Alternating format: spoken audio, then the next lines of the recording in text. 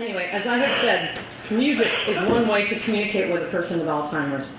But as all of you here today know, there are many other ways too. And I love that you're doing yoga here and massaging, and all of you get massages as much as you can. You need these things and to take care of yourself, okay?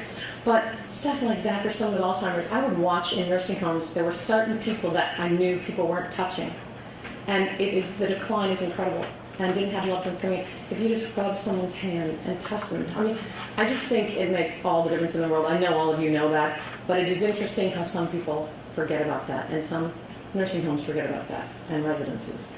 But I just wanted to read a little bit about communication here, because I know all of you are on another planet, the caregiving planet, where there's another language, and you have to learn a new language. So, sometimes the words Dad uses are creative new explanations of objects or ideas. Sometimes, though, words are complete reversals of what they once were.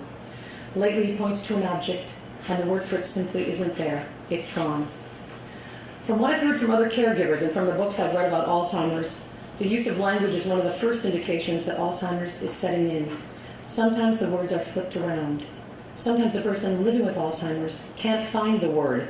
And sometimes there are wonderful new ways the person living with Alzheimer's refers to an object.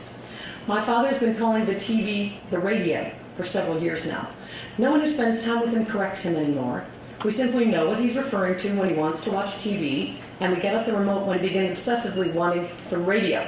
And maybe because my career has been in radio for so many years, I secretly like it that he thinks the TV is the radio.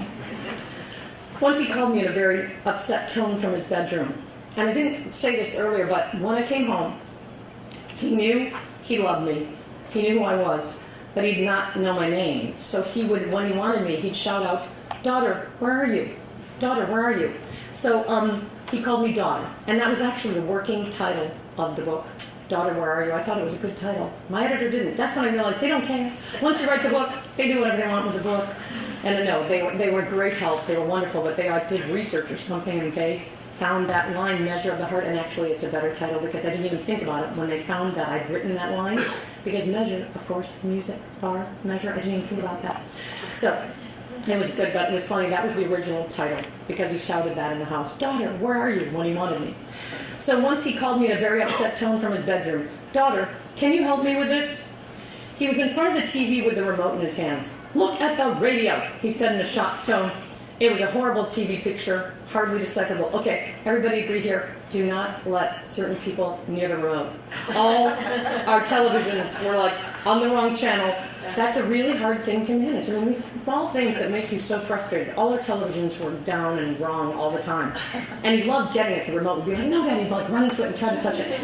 Anyway, so it was a horrible TV picture, hardly decipherable, snowy black and white dots instead of the show we wanted to watch. "Can you fix this?" he asked. It's all twinkly. And I thought, it is twinkly. That's a very good word for what happens when the picture on your TV screen gets messed up. When you spend time with a person living with Alzheimer's, you learn that certain key words mean something else. For instance, Dad's wallet and his keys are of paramount importance to him. As Alzheimer's takes hold of his brain, those words have become interchangeable. And sometimes the word car gets in the mix too. My family has a theory that all those things mean independence and power and success. And that's why they're lumped in the same category in my father's brain. The people who spend the most time with my father simply realize this, and there's no need to correct him. When he's anxious and looking around for something, we just show him where all those things are. Then he's calm and relieved. His anxiety dissipates. The other day, my father and I were in my car, and he performed what has become a daily ritual of patting his breast pocket and then his pants pocket. He'd go like this. This is what he does when he searches for his wallet. "Where's the car?" he said. And I answered, "It's in your pocket, Dad." He patted his pants pocket, feeling the outline of his leather wallet. He nodded and said, "Yes, there it is," smiling.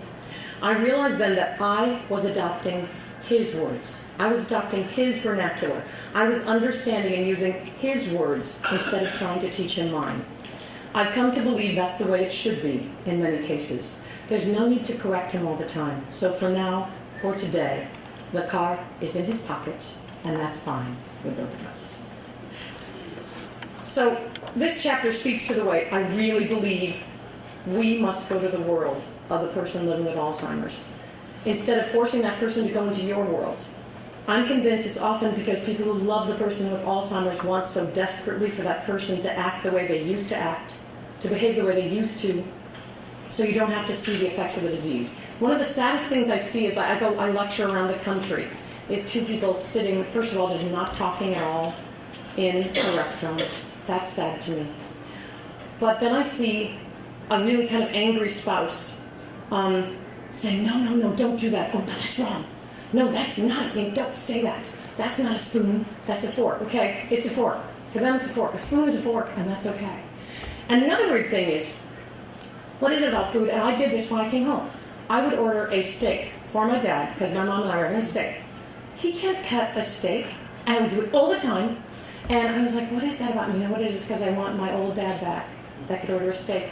And we'd sit there, cutting the steak for him, and it was all embarrassing, and he was embarrassed because we'd have to cut the steak for him because he couldn't figure out how to do it.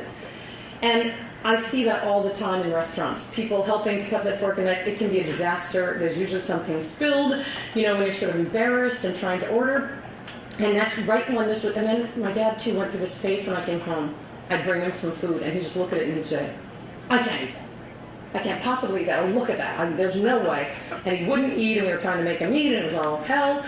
And we found this book. You probably know it, Learning to Speak Alzheimer's by Joanne Koenig Kost. If you don't know it, it is a wonderful book. And I have a list of this stuff in the back of my book too. And on my website, if you don't want to buy the book, I totally get it. Nobody has to buy the book, but I have some stuff on my website too about this. But I found her book just right at the right time because I was so PO'd. And my dad wouldn't eat, and we were very frustrated. And I knew he could eat. There was something keeping him from eating. And she said, you know what? She did all this research, and she found out that the eyesight, of course, changes in Alzheimer's patients. I didn't even think about this all. So if you give a giant plate to someone with a whole bunch of stuff piled on it, at a certain point in Alzheimer's disease, they can't see it. They're like, what is that? It's all like scary and big, and they don't know how to do that. She said small portions and different colors and very easy to maneuver. And she said, okay, why do we do the fork and knife thing? Finger food.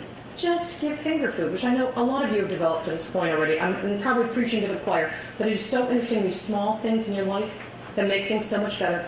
And so we just started giving him, a small thing of carrots that he could eat himself, broccoli that he could eat himself. Lately, okay, I didn't used to like McDonald's. I love it now. Chicken McNuggets. Best. Little pieces of food. And it's really interesting, the other thing about color, and she tells this great story.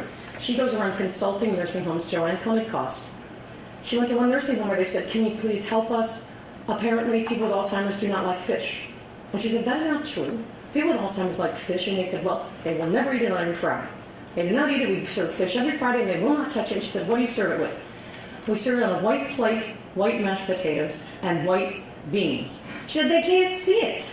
They can't see it. So they started serving the fish on a blue plate with orange carrots and green broccoli. They ate it all. And I just think that's a really interesting thing that makes your life so much better when you realize these small things.